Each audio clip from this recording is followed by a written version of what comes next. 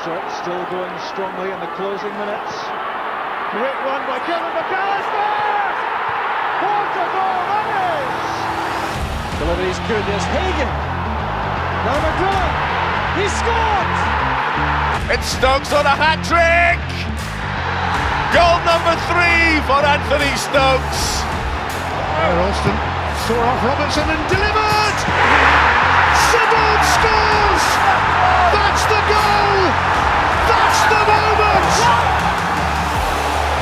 Samuel off and running again. Is it going to be the hat-trick? You know it is. This is Falkirk Daft. Hello and welcome to Falkirk Daft. It's your unofficial podcast dedicated to everything to do with the mighty Falkirk Bairns. I am your host, John McCann, suffering from a hangover after being in hospitality on Saturday still. And this week, like James Brown, I feel good. We're going to win a league, Ross. I don't know who was saying on this podcast last week. I don't know who was saying this podcast last week we're going to lose it. We're winning the league now. No worries. That, of course, is Mr. Ross Wayne right there. How are you, Ross? I'm very well, mate, very well. I was not so well yesterday, I won't lie to you. I was a wee bit rough yesterday. I know, we had the pleasure of being in hospitality on Saturday. Great day. Had first time we were saying the hoodoo. We've been in hospitality a few times. I think that's the first time in 10 years we've actually seen Falkirk win a game while being in hospitality. What a difference. It's official, we're not the Jinxes anymore. There's a few that weren't there on Saturday and... it's obviously one of them that's the jinx. But no, it was a good day, good night as well. A wee bit messy. But as you said, massive 3 points and we're feeling good, as you said. No, I left.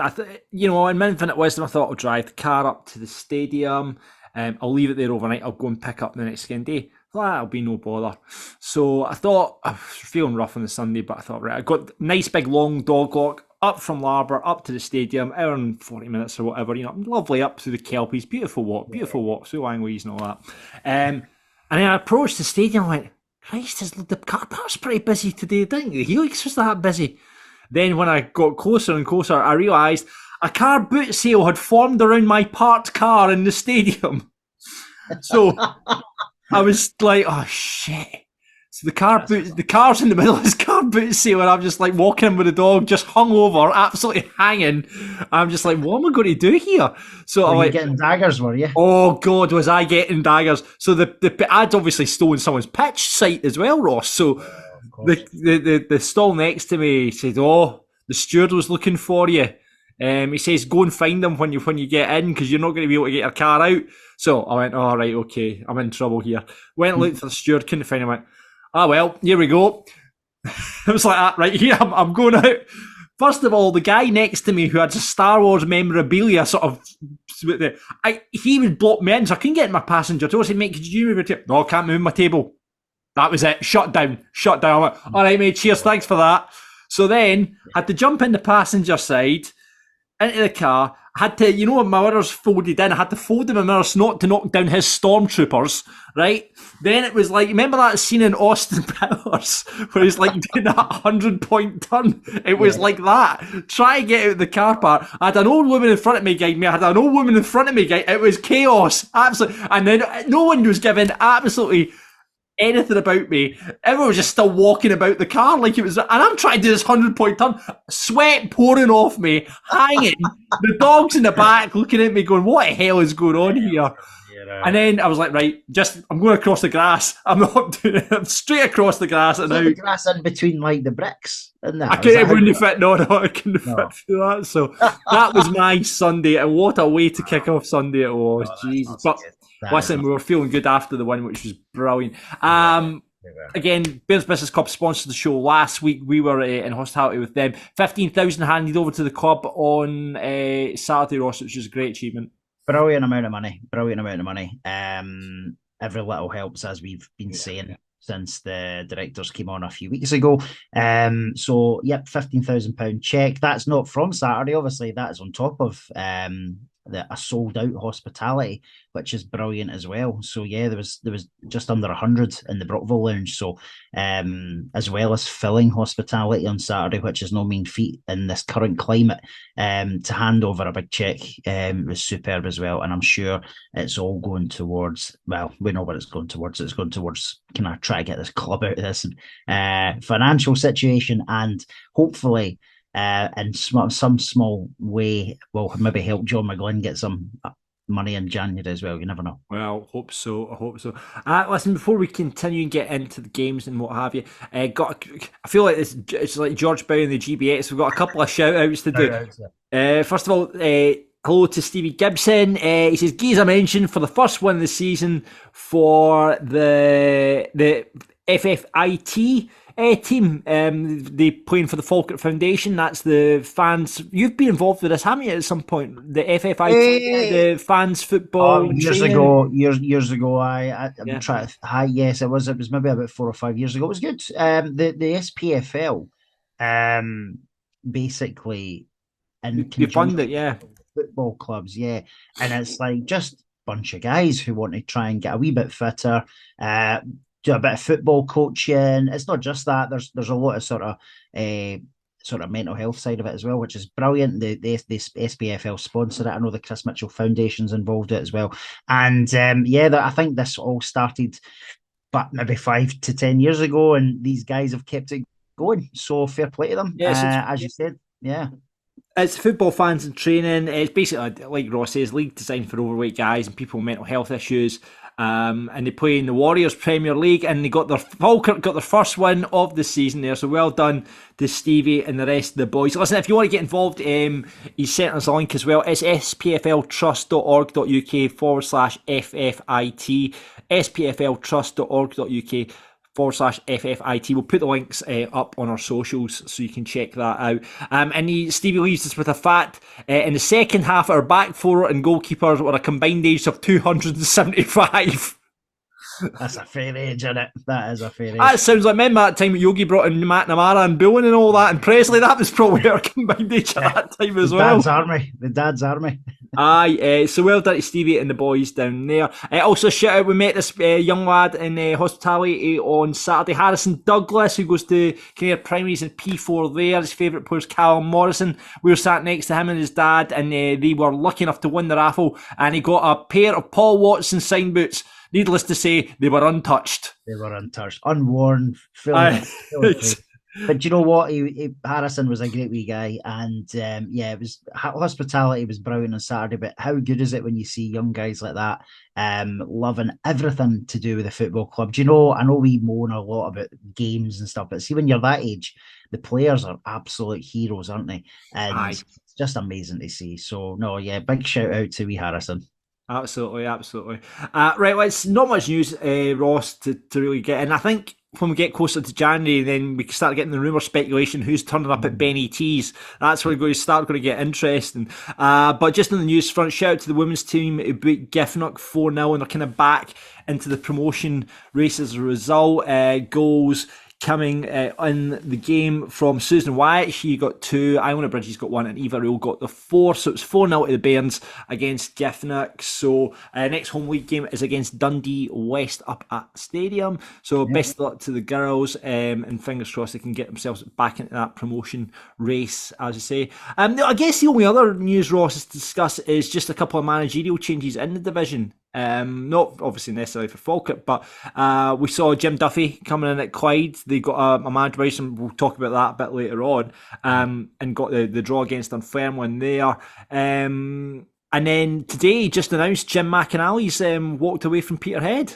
Yeah, Davy Nichols, ex-Bairn, I think, has been given the job, apparently. So, he's been there such a long time. 11 years, longest serving manager in the SPFL. Who is it now though, Ross? Here's the trick question. Who is the longest serving manager now? Across all the divisions? Across all the divisions. I'm going to take a punt, and I might be wrong. Dick Campbell? Spot on, mate. Well done. Dick Campbell. Well done, Dick Campbell. Okay. Oh, well. Campbell. Yeah, So, I was thinking it was going to be one of the old. yeah. If I'm right in saying it, Peter Heatherpoint Dunfermline at the weekend as well, I believe. Yes, so a little new We manager. not our wee manager bounced in with you, all right, eh? That would be beautiful. That would be On you go, absolutely Davey. beautiful. On you go, Davey. Needless to say, all the very best to ex-Bairn. Once a Bairn.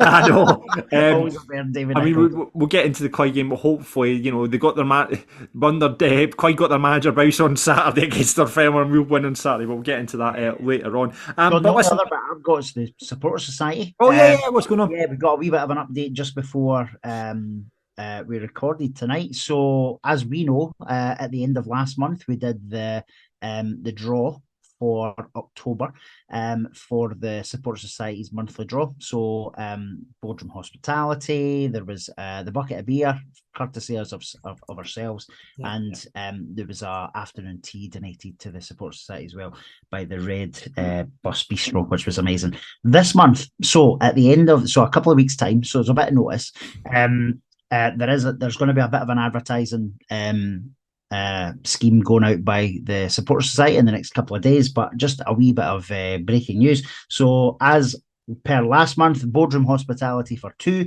will remain in there. We've got the bucket of beer courtesy of ourselves in the Brockville bar as well. However, courtesy of the Crunchy Initiative, aka Mr. Dave McCann, who you do know. Yeah, I know quite well. Yeah. We have a Kevin McAllister signed programme from the match in June, and there's also 3 prints that go along with it as well of the Holy Trinity. So that's a really nice offer from Dave and the Crunchy Initiative. And last but not least, again from the Crunchy Initiative, from a previous sponsorship, we have a signed captain's armband. So that's a nice wee memento that they don't have too many of given out over the year. So that's the 4 prizes, and as we did last month, the last draw of November, we'll be doing the honours for the Supporter Society again with the draw. Yeah, and if you want to get signed, get involved in that draw, falkirksupporters.org, get signed up to the FSS now. You can get in that draw, and obviously all the money that you put towards on a monthly basis goes into the club as they snap up shares, and we come the third leg in the stool. Is this kind of that's the plan anyway? So get signed up now and head to all the details at falkirksupporters.org. Right, let's get into the game. And every week on Falkirk Daft, I like to invite a guest pundit on because you get sick and tired of hearing me and Ross. So let's welcome to Falkirk Daft. It's Josh Heggie. Hi guys, how we doing? Very well, Josh. Very well. And I've just noticed, I see you're sporting a shirt behind the door as well. Yeah. Love it. I'm starting a trend here, John. Yeah, I know people must be watching this on YouTube. But I've got to be like Ross and hang up a strip and. I know. I'm going to have to do it next week. I've got the bold. If you're watching the YouTube version, the bold Leon McCann giving it big licks after his World-Day on Saturday, which we'll definitely be talking about in a minute. Yeah. Josh, tell us about yourself. Why Falkirk supporter for how long? Well, I've obviously brought up Falkirk family, so my first game was the first game in the stadium. Oh wow! Yeah, 5-year-old, a 4-year-old actually going into the friendly against, I think it was Dundee. Aye. And I remember I actually missed the goal because I was really getting a hot dog. Aye, and then just going to games every so often, and then after badgering my dad, got my first season ticket, 7-year-old, and been going ever since. Amazing. So, who was the first person to score in the Falkirk Stadium? Ross Wayne. Oh, John McAnally. Wait, I think it was a Dundee player, wasn't it?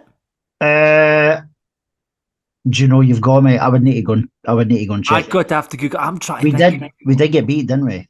We did get beat. Josh, can you remember going back to your 4-year-old self? I'm sure it was 1-0 to Dundee, but yeah, I couldn't tell you who. We'll need to check that right, one. Well, answers on a postcard, please, ladies and gentlemen. That would be brilliant. Right, so Josh, younger supporter, so I guess you would have missed out on the Holy Trinity. So it's always interesting to get a younger supporters. I remember a little bit of Lappy. A little bit of Lappy. He's the one that can kind of remember, but missed the other two, sadly. Yeah, so you go on. Who's your favourite player outside of Lappy then? So I was thinking about them. and there's three that are kind of up there similar, but I've picked, so kind of runners up were Stephen Kingsley and McGovern. Working my two runners up. Nice. For me, the fun factor with the season with Farad. Just with the whole, he was great with the fans, the whole kissing the coin. I think it was 30 goals he bagged. It was such a fun season. Yeah, it was. And he got 2 in the comeback against Rangers in the cup. That was a special night, that Rangers game, wasn't it? That was a cracking night, that one. It was. Yeah. Well, definitely in the top 10 stadium moments, I would say that one. Absolutely. Yeah, it was great.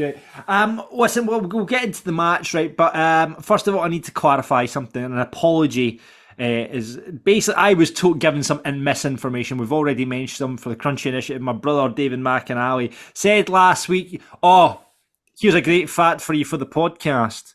We've never beaten anyone above us in the league for a year and a half. All right, okay. I took it, I took that. I should have done my research, but I took it as fact, right? Okay, so no, apparently it's a lot of shite. So, if you recall, Edinburgh were above us in the league when we played them the last time, but he's come back with this. He's done his research. He's come back with this reply to this before we get into the game. Since coming down in this league in 19/20, we've only won 4 times against teams that have been higher in the league. There you go.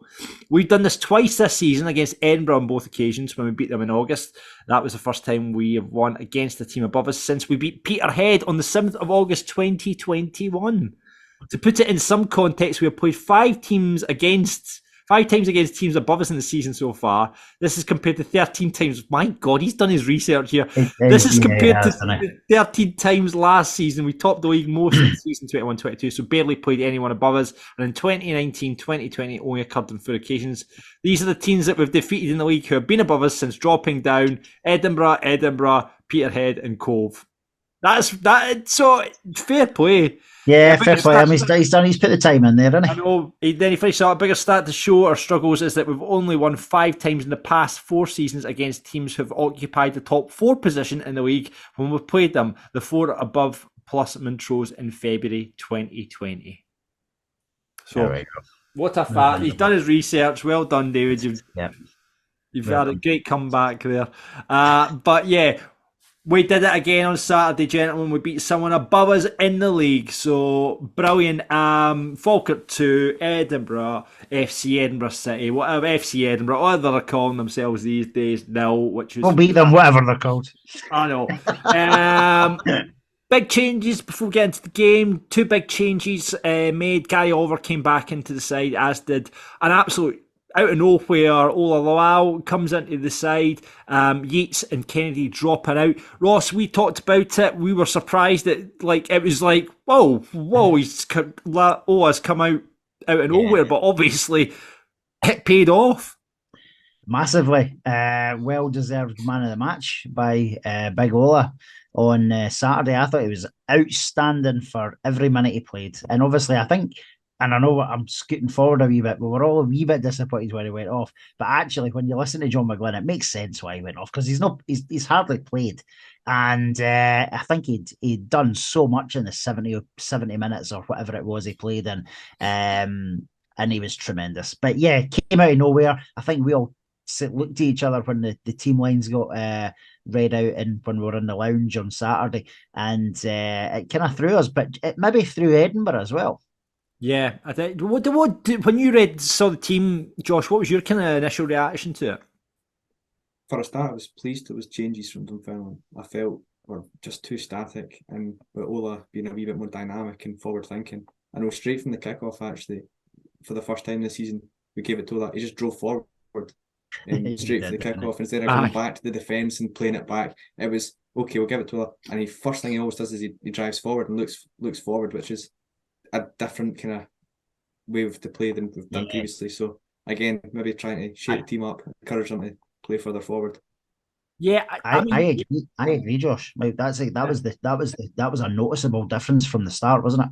Kind of set the tone for the start and kind of we're actually push forward here and try and, because again against Alloa and that, when we do start on the front foot, we can score early. Okay, we didn't Saturday, but setting the tone early, and that's something we didn't do against them the week before.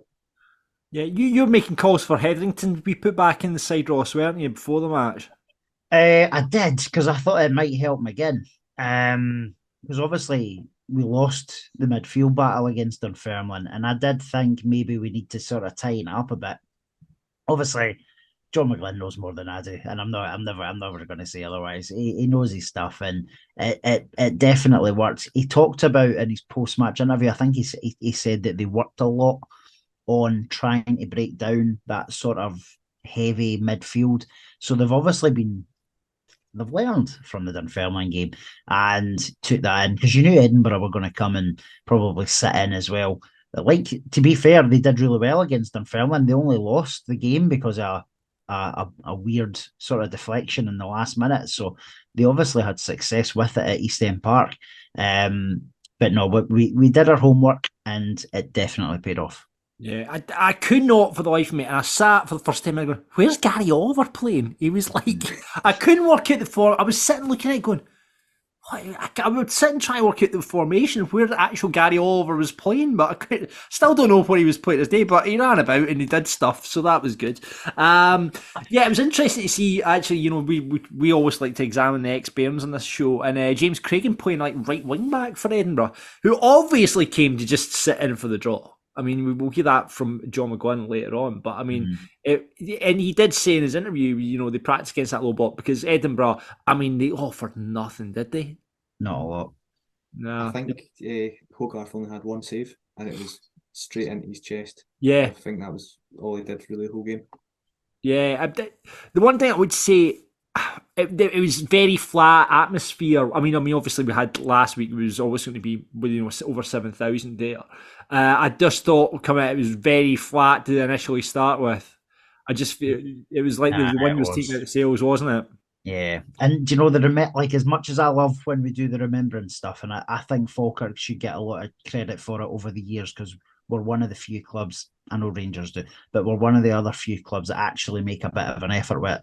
The only downside is it's really quiet pre-match whenever we do the remembrance, and it probably does need the team to then build that back up. And as Josh said, we sort of started quite bright, which probably helped, but it was noticeably down and quieter on the week before. But I suppose that was always going to happen. Yeah, I mean, nothing much to write back about on that first half. You know, we never looked in any danger, but I mean, the chances were very few and far between in the first half. Big Call Donaldson remind me of a young John Clark. So I was stepped up for that free kick, boom. But obviously, keeper made a save for it. But Josh, I'll educate you on who John Clark was, the centre half who used to play for Falkirk back in the day, who struck a mighty free kick. I love watching a centre half take a free kick. Liam Henderson's actually got a decent hit on him as well. But I love when a big centre half comes up and strikes a free kick. So that was the highlight of the first half for me. Listen, it's probably, I can't remember much. I remember thinking when we sloped back off into the Brockville lounge at half time, thinking, it was a quick half as well. That might have been down to the alcohol before the game. It was a really, really quick first half. But yeah, Josh is going to have to hold our hand through this game because we had a few scoops, Josh. So anything from the first half that you'd like to point out? Obviously, we had the chance to the offside, which was of course.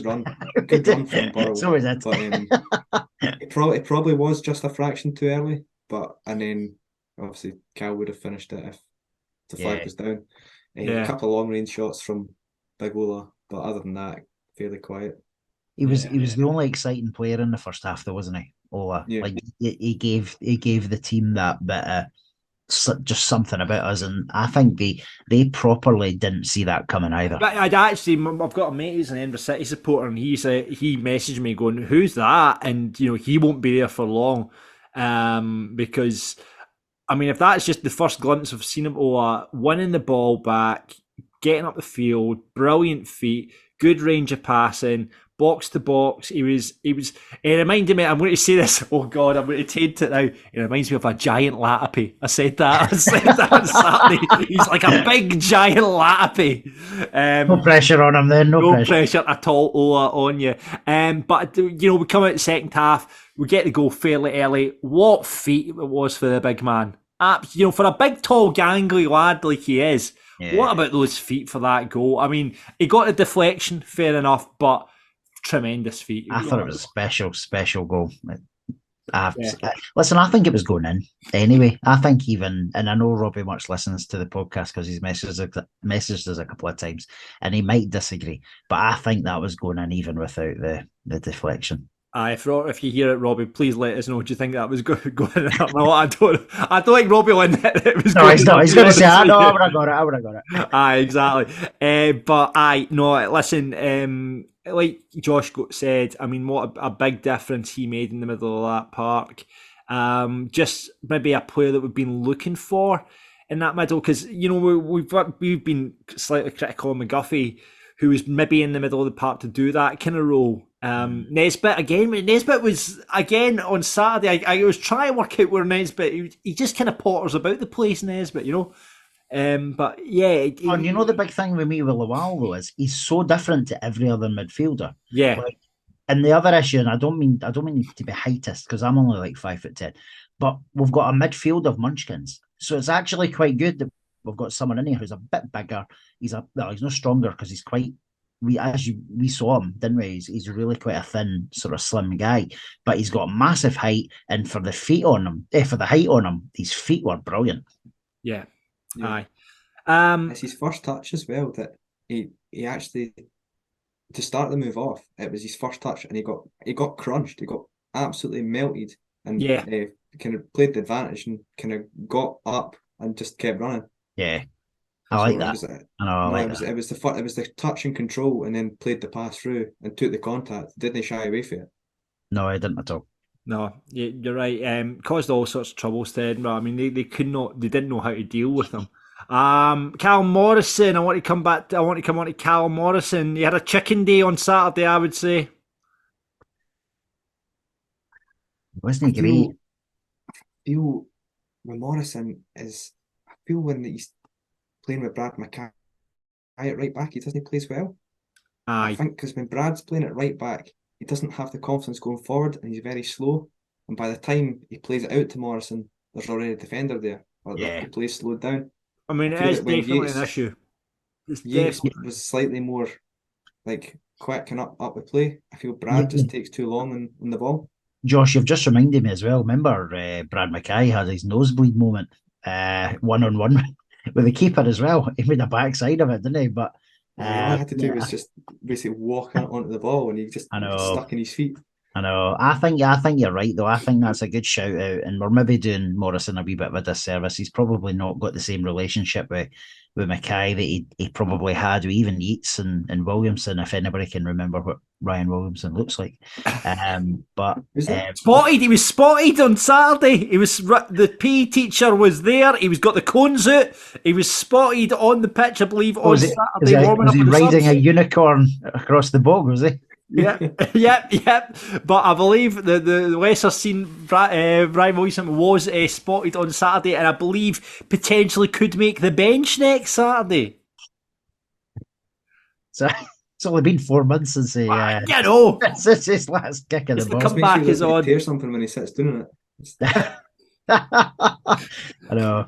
We'll get the St John's ambulance guys on standby. I thought Callum's decision making again on Saturday was sometimes a bit questionable, but to be fair, he had again a relatively quiet game. But again, I think going back to what you're saying, Josh, is we're stronger going down the left, obviously, than we are going down the right, with the fact that we're using Brad at right back. Because I'm sure Brad Mackay will admit himself, he's not exactly that overlapping wing back. I think Brad's great defensively. I think he's a great aerial threat as well. Going forward, and he never knows how to cross. And he's been a centre half. You're not really taught how to cross, but he's that extra second trying to think what to do is enough time for defenders to close him down or close the space down. Yeah. I thought hats off, and the two centre halves, certainly Cole Donaldson, I thought was absolute solid on Saturday. There was one instant, I think, I don't know why Liam Henderson loves to let the ball bounce, man. He loves to let the ball bounce. He's the tallest man in the park as well. I know. And he just lets it bounce. I don't know why he loves to let that ball bounce, but there was a point he made a wee bit of mistake, and Cole Dawson was just there to mop it up, deal with it. You know, if you have defensive problems, what do you do? Cole Dawson. Exactly. Fantastic. I'm glad that's catching on. I thought, shout out to Dawson again. I've been so impressed. He's been I love a centre half, especially a free kicking taking centre half. That's what we like. But I thought he's been a real unsung hero in this side, and I think he's been a big plus point. Again, I thought he just strolled that game on Saturday as well. So massively, yeah. Let's go into the second goal then. Wow. You start with that. Well, we'd had a few by this point, Josh. I'll be honest with you, and we all thought it was Kai Kennedy because it was far away from us. We were like, what a goal for Kai Kennedy, and then he goes, goal for Leon McCann. I'm like, what was Leon? What? What? I mean, you would have had probably a better view of it than us, Josh. What? Talk us through that. It was just unbelievable. He goes, he gets the kind of through ball. The angle's not there for the cross. He doesn't force the cross. That's the first thing. He was patient, and turn back, and you think, he's ran himself into trouble here, and there's two men around him, and he just somehow finds the space and loses one of them, and he just outstrengths the other one, cuts inside, and then from that point you've just got bodies trying to block the cross, and then he just keeps cutting in, and then you think because he's so left-footed during the game, think, what's he going to do? And he just trusts his right foot and just worldly. Beautiful goal, wasn't it? It was a beautiful goal. Best of the season so far. Yeah. Better than Williamson's. I mean, do you know? I would say so. Williamson, as much as it was a great goal, there was no one really close to him. Just the way the angle was, but McCann's beat four men there. Yeah. Well, we have scored some good goals this season, haven't we? When you think back about to it. When you look, Ola's diving header was cracking. That was a good had one. A couple. I thought Nesbitt's header against Hibs was brilliant. Morrison's opener when Allegri laid him off was a. That was a good one. That was well. a great goal. Is that the Queen of the South game, isn't it? Yeah, Queen of the South. Yeah, we've had a couple of good goals this season. But I think you've got. I think probably McCann has got it so far for goal of the season. John, I know we were talking about it on Saturday night, and then I think we put a tweet out yesterday as well. Leon McCann for me is probably player of the season so far.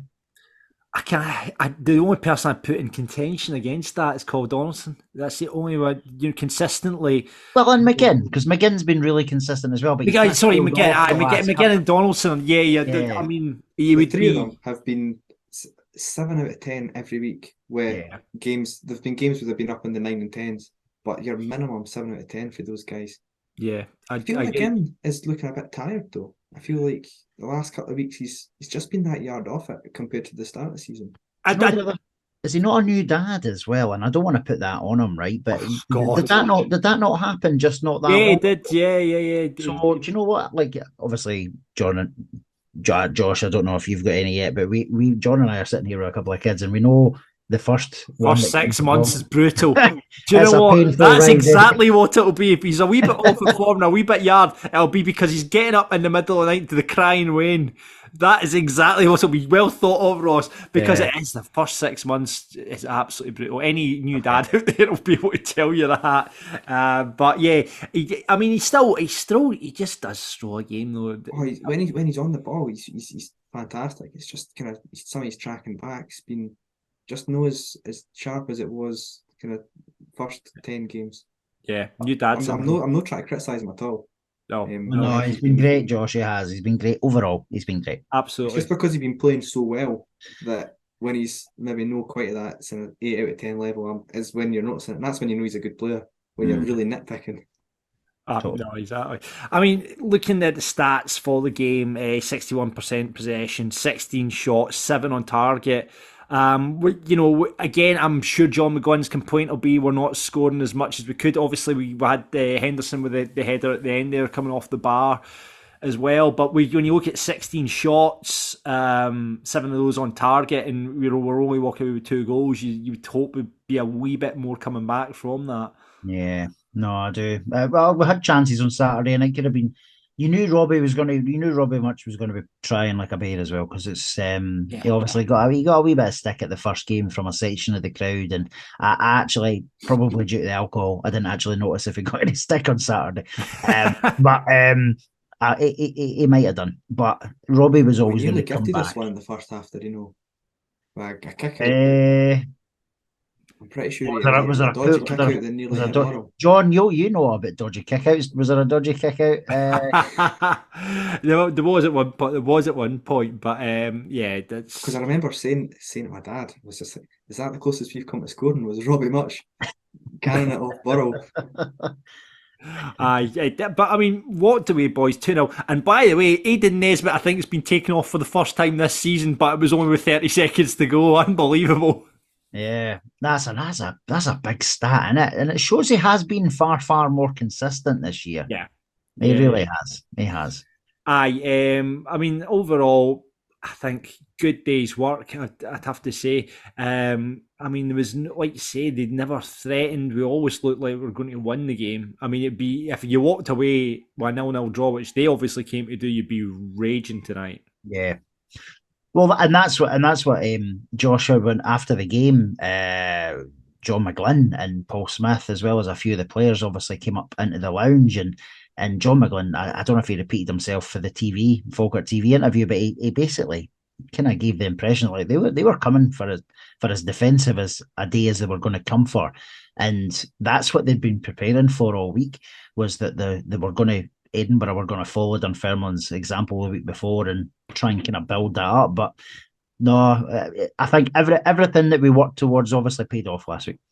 And we've got an exclusive here on Falkirk Daft, because when Ross was steaming on Saturday night, obviously John was on this podcast previously, and Ross has now got the manager's phone number. So what did you do, Ross? Read out, come on. Right, no, listen, I'll give Josh some context here, John. So obviously, John had been on a couple of weeks back, and there was a couple of texts exchanged before and after. So there was obviously a relationship, a friendship building here, right? So I'm just giving that background, right? And I didn't just randomly drunk text. And then after the game, as I mentioned, John and Paul and the players came up. And then the managers never go into the hospitality lounges. And I thought that was brilliant, right? So I was a bit drunk. And I messaged him and said, look, fair play for coming into the lounge. That's brilliant. And then he messaged back. I for the life of me, I can't remember what he texted back now. But it was along the lines of, right, it was a great result. Come on, we're going to do this. And then John saw, he was like, is that John McGlynn? I was like, yeah. Jesus. Listen, I don't want to say he's my best friend, but he's my best friend now. We also, in our drunken escapades after the game on Saturday as well, we bumped into Falkirk's chief scout Alan Fraser at the bar. I forgot about that. And one of our friends was just accosting him, trying to find out what kind of players he's been looking at as well. So that's an interesting way. And I have to say, and I have to say, fact of the night comes from Ross Wayne. Now, Josh, I don't know if you know of this, but my mind was blown. That every pint glass, you can tell what date it was made. See, if you look at a pint glass, it has the year it was made. So you can tell, because we were discussing this in the pub, you know, if you've had a beer glass, like a tenant's glass that's been used for several years, it doesn't give the same pint. It's not the same pint as you do when you're, you know. No. So next time you're in the pub, check your glasses, folks. The year of when the pint glass is made is there. And thanks for Ross to that fact. Do you know what was weird though, Josh, is we were in, this is probably about 9 o'clock, we're in the Wheat Sheaf and somebody got around it. And there was at one point the weirdest scenario, everyone's just looking at their glass going, I've got a 20, or I've got a 21. And then Pelly, he looks nothing like the Pelly. He just turns around and went, I've got a 2011. And it was just the most surreal random conversation. I know, so there you go. In fact, and another story from the weekend, Marshall, a guy who we sit beside at the football, was shouting at John after Ola was taken off. Obviously, everyone was applauding, everyone was questioning it. Marshall shouted at John McGlynn, "Why are you taking him off, McGlynn?" And John McGlynn turned round and gave him 2 bows. And he said apparently Ola wanted to come off. That was him dealt. So shout out to Marshall. for that. Right, let's, talking of John McGlynn, I wonder if he'll mention Marshall in his interview. I very much doubt it, but let's hear from the manager now. John, after a couple of defeats at the Falkirk Stadium, how nice is it to get back to winning ways today? Very nice, very nice. Yeah, difficult game. Edinburgh came with a game plan to frustrate and to sit deep, and we probably looked like no intention to try and win the game. We're the only team trying to win the game, and that's difficult. It really is, unless you've played the game or been in these situations. It's difficult to break down. We can do that in training and set up like that, and it's very difficult to break down. We've done that this week, trying to break down a low block, and it's extremely difficult. So enormous credit to our players. Big character, big personality today to come up against a team second in the league who have came here to frustrate us and to make it difficult, which is fine. We've got to make sure we've got enough quality and move the ball quickly enough to break through. So there's nothing wrong with any opposition doing that, and it may well be that every opposition do that.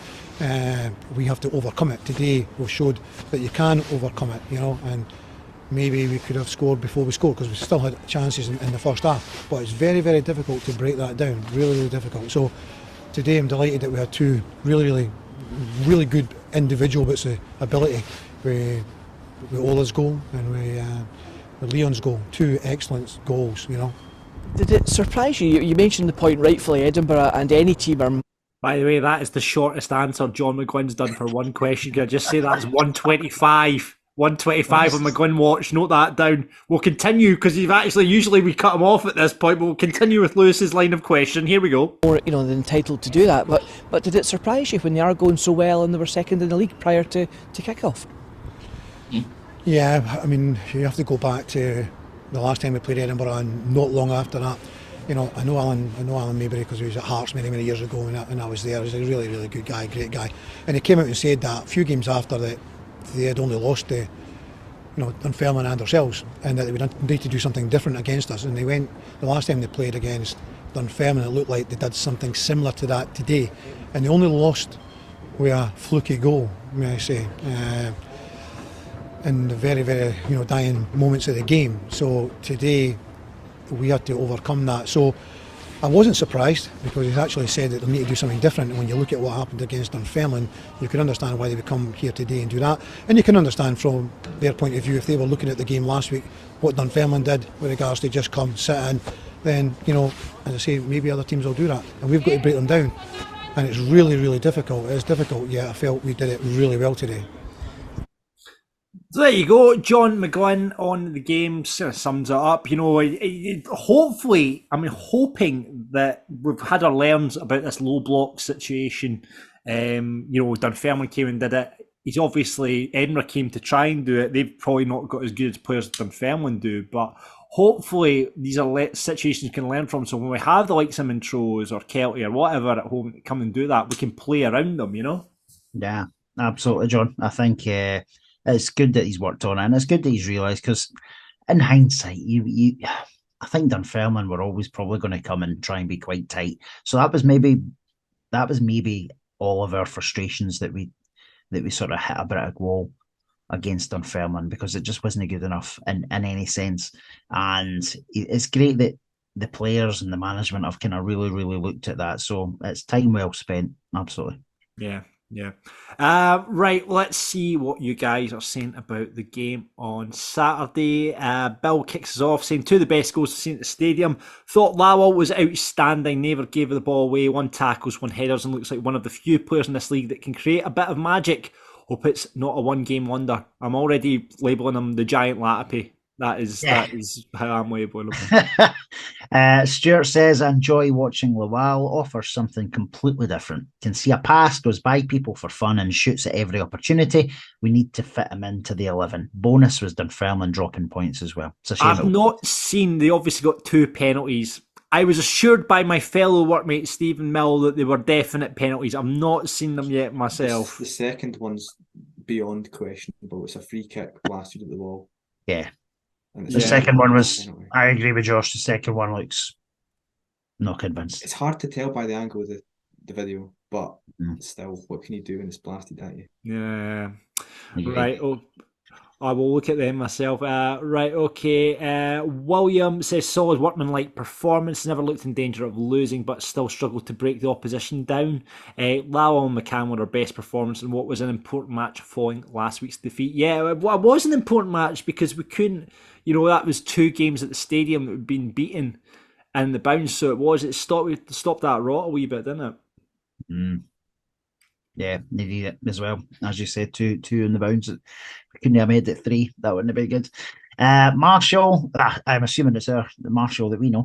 Highlight was Lowell, who offered something different, as you just said. Can be a man, tackle and pass the ball accurately. Not long after his goal, he made a crucial clearance in his own box as well. Early days, but he looks like the box-to-box midfielder that we've been crying out for. Well seen, Marshall didn't put his low light, getting dealt off by John McGlynn. Drew says solid win. Lowell was so good, only 5 points off now. Hard for anyone to argue the title was done. I don't know who would have argued that. Just need to go on a run now and make sure we never drop out of the top 2 at least. Yeah, just before I read out the next one, John, you have went full circle in just 7 days. From what? I don't know what you're talking about, Ross. This time last week, you were on suicide watch and you were convinced the league was done. So amazing the difference of a week what it makes. Yeah, brilliant. Matthew says, I think this could be Mr. Stewart. Got the job done, but with a few misplaced passes. Lowell was a breath of fresh air and great to see when they went to punting up the park. They stopped it straight away and continued the passing game. What's with the booing of subs when players are shattered? So, yeah, do you know, it's a tough one because you don't know. There was murmurs around the game when Lowell got taken off. There was some. I did hear there was booing there, wasn't there? Lowell backs up McGlynn's story in his interview, saying that he was tired and he couldn't track his man. Yeah, he has to come off. So. Yeah, definitely.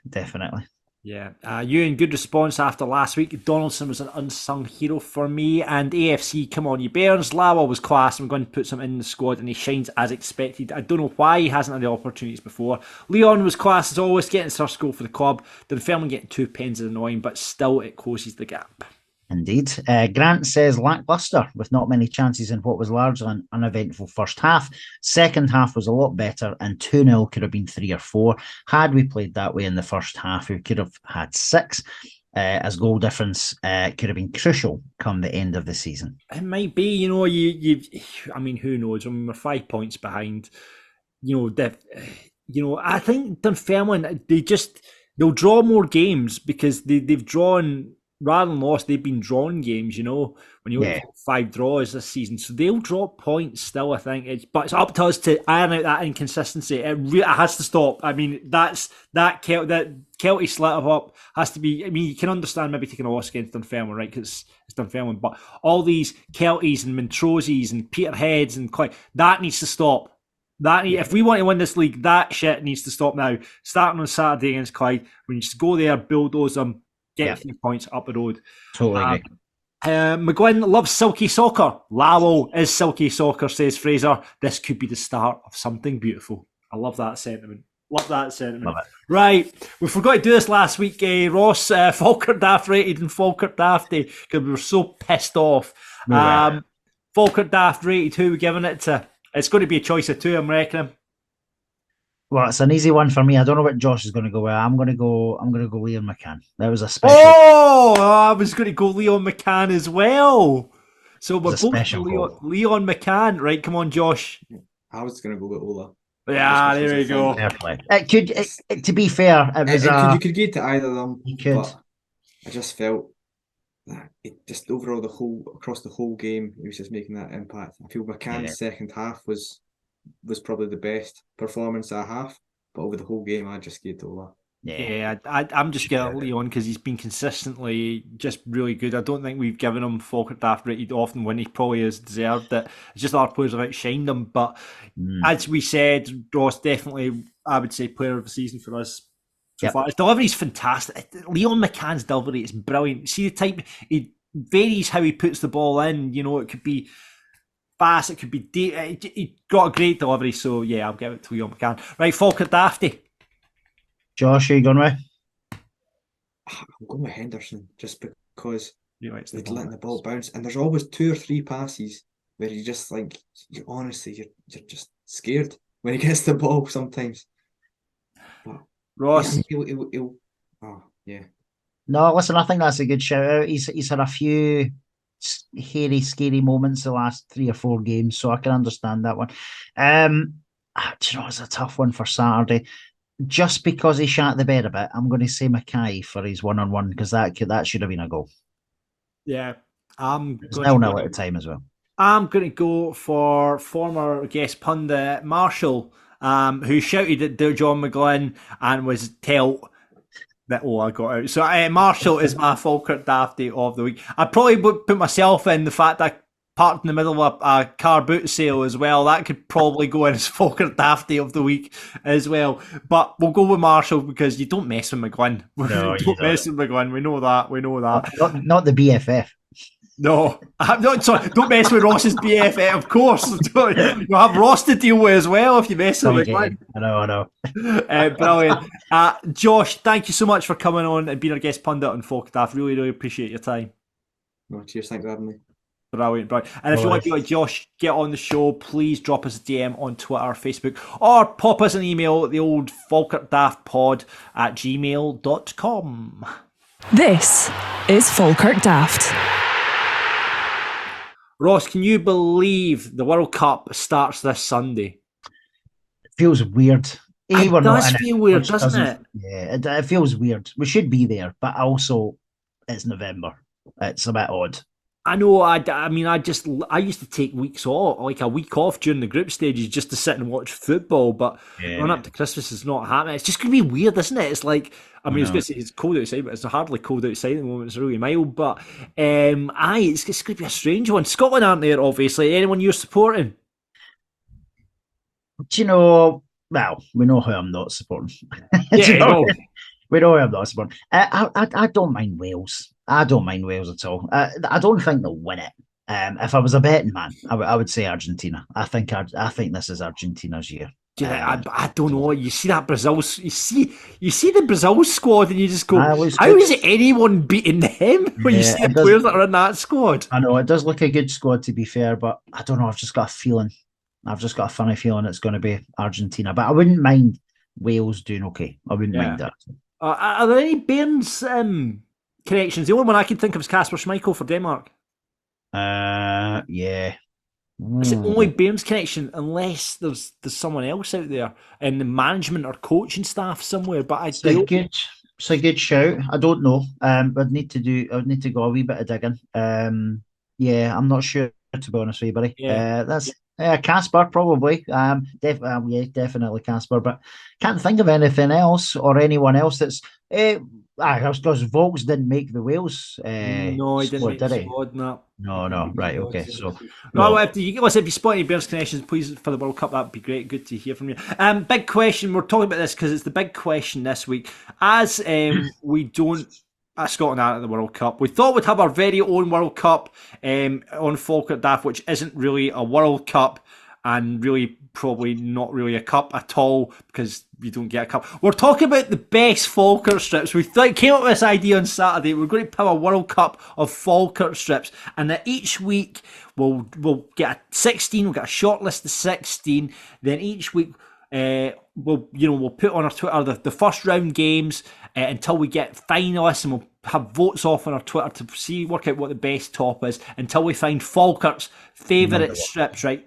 So we've got 16 nominations. We're going to get 16 nominations. We've got a sample here. You can keep them coming in. And what we'll do is we'll do the draw for the first round on next week's Falkirk Daft. And then we'll have the first round of matches. And then we'll have the quarterfinals and then semi-finals and then the final. And then we'll be crowned the World Cup, but not really the World Cup of Falkirk strips at the end. Hopefully in the final.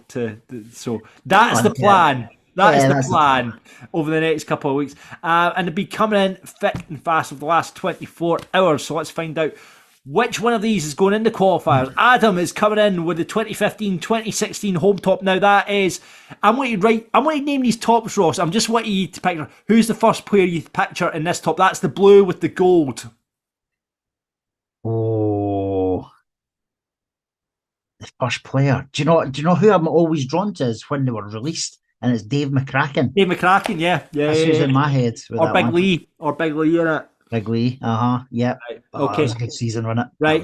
That was a good season. That was a good season. YB, any of the Lecoq Sportif kits for me, is that's when I started going to the games regularly. This is my favourite school. It's the red John R. Weir sponsor, Lecoq Sportif Falkirk badge. Who jumps to your head in that red John R. Weir top? Scott Crabbe for me. Similar reasons. I remember, do you know, this was when Falkirk were, they didn't have the best commercial situation, right? And I always remember this red strip was what it was modelled by Crabbe, and it was like December. It didn't come out until like November, December time. Yeah. And I think the players had their ones, but as in the shop didn't have their kits. And it was, I suppose it would have sold well for Christmas. But Scott Crabbe for me. That's a sleeper hit, that one, right? Okay, here we go. Gareth Scott's got 3 for us here, right? First nomination for the 91-94 home and away tops. The Bees are home classics. With the red shoulder, with a pattern around it, obviously the yellow away top, which was similar with the patterns in it. I think, right, players in those tops. Definitely Stainrod. Stainrod, yeah. Home and away Hummel. That's the first sort of player comes to mind. The yellow one, probably wee Richie Cadet for Ibrox, because that was a special night. I know. And then the Budvar, Colin Samuel. Yeah, 2002, 2003 home season. The Budvar, best sponsor by far. TFG made that one. It's a bit, I've still got that top in there, and it's a bit baggy and what have you, but that's the kind of style it was back then. But see if it had a different best sponsor we've ever had. See if it had a really weird sponsor like Bruce's Taxis or something. The strip might have not worked, but because it was a bit basic in terms of the strip, but we had a great season. And it was the last season at Brockville as well, wasn't it? Last season at Brockville as well. Yeah. And it had a cool sponsor. No, exactly. No, that was what memories that strip brings back. Just that team. It's probably that's a question for our day. Your all-time Falkirk favourite team. But see that season, that team, the amount of goals we scored. Miller, Coyle, Samuel, was unbelievable. Yeah. Stuart Taylor for midfield as well. Taylor, Mark. I've just bought a season. Homer has the 26-2017 away top, which is the white with the central demolition, blue and red going down the middle of the top and the stripes. That's a cracking top. I love that top. And then it had the blue down the strip, the arms as well. I thought the home and the away strips that year were really nice. It was almost like PSG. Well, yeah, Falkirk FC News went for the home top on that side of things as well. I mean, I immediately think of Hippo in that top. Aye, me too. Aye, Hippolyte, yeah. That's the one I immediately think of. Crunchy Initiative, we mentioned them already, but Shot Caller went for the 82-83 home top, which you can see actually in the Brockville bar. Hanging up there as well. That's a cracker. That had no sponsor on it. Crest right in the middle of the strip as well. Yeah, it was classic, wasn't it? Yeah, so that's it. Wee Tam says White Hummel shirt is my personal favourite. Best memory from the Stainrod goal at Perth. And Croft says probably biased due to being where I started going to the games, but the 05-06 tops always stick in my mind. First season back in the top flight, class colour scheme on both home and away. Some brilliant players in the team, and a badge in the middle, and a different but cool touch. And that was the central demolition badge in the middle. I had the one way the red and the reds with the blue bits down. It's really hard to describe this in a podcast. Watch the video version, you'll see all the pictures of the strips flying up. And then finally, Tommy leads us with the Hummel home, Beezer's home top from the glory days. So, the Beezer Homes ones, the Hummel ones, they take some beating. And I've got a funny feeling, if I was a betting man, I reckon those ones will probably make the semis, definitely, if not the final. But I reckon they'll make the semis. I've not asked you, what's your favourite folk? You're a big strip man, Ross. You collect strips, you know. Yeah. What's you're the man to go to in this. What's your favourite Falkirk strip? Well, if just one would probably be the white Hummel with the red sleeves. I just thought it was so cool. And the players that wore it, especially that first season, we did so well in the Premier League. So for me, the white Hummel with the red sleeves. If I was being really pushed for a second one, though, it was probably, remember the Beezer Home Spall shirt from the season before when we won the first division. Simple, classic Spall shirts, really nice. I'm amazed, maybe it's just the age group that are voting, but the Coasters Spall tops, none of them have been put forward because they are class looking. They were nice as well. They really were. Spall gave us some belting shirts. I know they're not that like sexier brand now. I think they're still kicking about to an extent, but the Coasters ones were nice. The pinstripe one as well. I'm amazed. The sleeper hit for me is the 94-95 home top, which I love, with the blue different blue, the design on it and the different blue patches. Beezer Homes over the front, collar. Oh, what nice. my all-time favourite is Falkirk strip. And a late entry, by the way, comes in from Sandy, who's went for the checkered, the old blue checkered top from 96-97. Yes. Yeah, that's right. Well, the rumour was the reason it was checked was because George Fulston let his young daughter pick the strips. I think he must have been given templates or something by Lecoq Sportif, and his young daughter, no idea what age she was at the time, but she went with the check one. I don't know if she picked the colour scheme as well, because that was particularly brutal. But she picked the square. See, if it was blue and white, I think it was like the Croatia top, it was blue and white rather than blue on blue. That would have been nice. That would have been nice. Definitely been a lot better. Chris Waddle, obviously, that top is just, you just see Chris Waddle scoring those goals in that top, don't you? Absolutely. No, nice. Well, listen, lots of nominations coming in. We'll round up our 16 tops. I think we're just about getting there, but we're going to do the draw and do this World Cup of strips across the month of November and December, and hopefully we'll crown Falkirk's greatest strip come World Cup final time. There we go. This is Falkirk Daft. No one's coming on for the Clyde podcast this week. Poor Paul, who we spoke to before, is ill, so he's not been able to get on. So get well soon, Paul. Hopefully we'll see you at the game come Saturday. But let's talk Clyde. Ross, big draw for them at East End Park. It could have been a win if it hadn't been for two bloody penalties. Exactly. Hopefully, I mean, they've had their manager bounce there on Saturday. What do you think Jim Duffy will bring to Clyde? Well, we know Jim. We know what he's all about from his time at Falkirk. But over the years, he's obviously faced up against Falkirk quite a few times. In recent years, more so with, what was it, Dumbarton? He was with him for a long time, wasn't he? We had quite a good record against Dumbarton. Yeah. That said, it's a different squad of players, so I don't think I can just say we'll steamroll them like we did Dumbarton. But I would be very, very, very shocked if we don't pick up the 3 points on Saturday. I know Clyde have, over the years, they've been a bit of a bogey team, but I just don't see it now.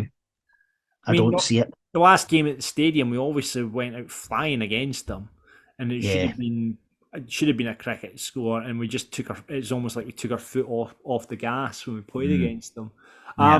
You know, Danny Leonard's a strange one, him leaving, and the way it was kind of worded, almost put on gardening leave, because it's almost like they couldn't afford to pay him off. I'd love to have spoke to Paul how the club are doing from a financial perspective. Moving out of Cumbernauld and moving out to Hamilton, it's hard to take those fans along with you, that have been brought up in Cumbernauld and watching the team.